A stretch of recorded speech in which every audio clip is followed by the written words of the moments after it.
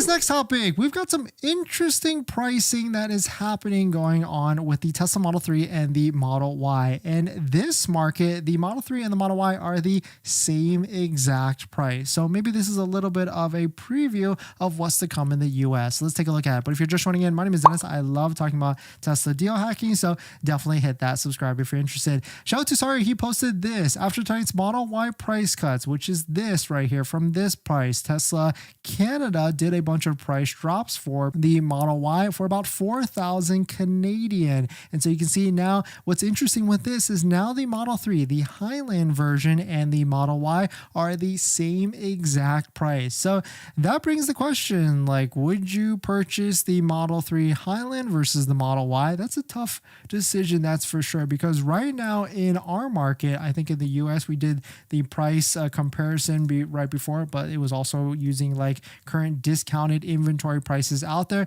We actually found that like the Model Y and the brand new Highland were about similar prices. So you can see, right, and this is where at the time of when we did this in terms of inventory prices for the Model Y long range, we found an adjusted price or purchase price before the tax credit at $45,000 in terms of the lowest inventory price, which is exactly the same as a brand new Model 3 long range at $46,000, or not exactly the same, but pretty similar within $1,000. Of course, if you factor in the $7,500 federal tax credit, which is a point of sale discount for most people, then you can see that the Model Y is a way better deal than the Model 3 Highland. But that brings the question, like, should you purchase the brand new Model 3 hotness or the not old and busted, but a older Model Y that doesn't have the latest interior and things like that? So that's a pretty tough question. But now in the Canada market, which could be happening in the US market pretty soon, the Model 3 Highland and the Model Y are the same exact price. And if you were to ask me which one would I choose,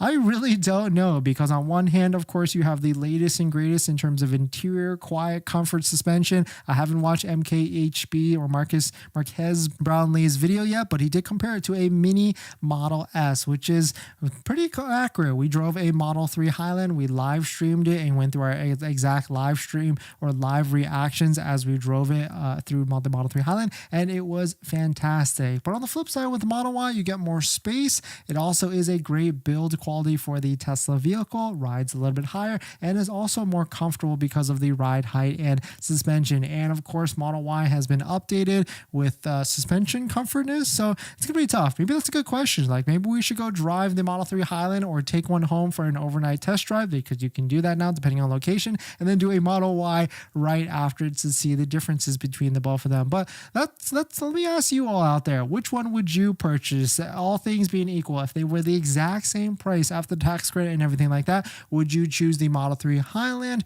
or would you choose the Model Y with the same exact price? Really tough decision in my opinion, but maybe this is what's to come in the US market, because things are heating up, that is for sure. If we take a look at inventory for the Model Y, you can see Model Y inventory is pretty high and has been high for the past, or higher than the past 3 months. And so are we going to see more discounts, more incentives? I think so. And on top of that, I can predict, I'm guessing for sure, because it doesn't really seem like there's a lot of demand for the Model 3 Highland, because I've got only one data point where my friend ordered one pretty late into the game and already has a VIN to take delivery, and not even like a day one delivery or anything like that. And so certainly I feel like Model 3 demand is not as strong as one would hope. And so I certainly feel like there could be more incentives and deliveries by the end of March for sure, because it's the end of the quarter. But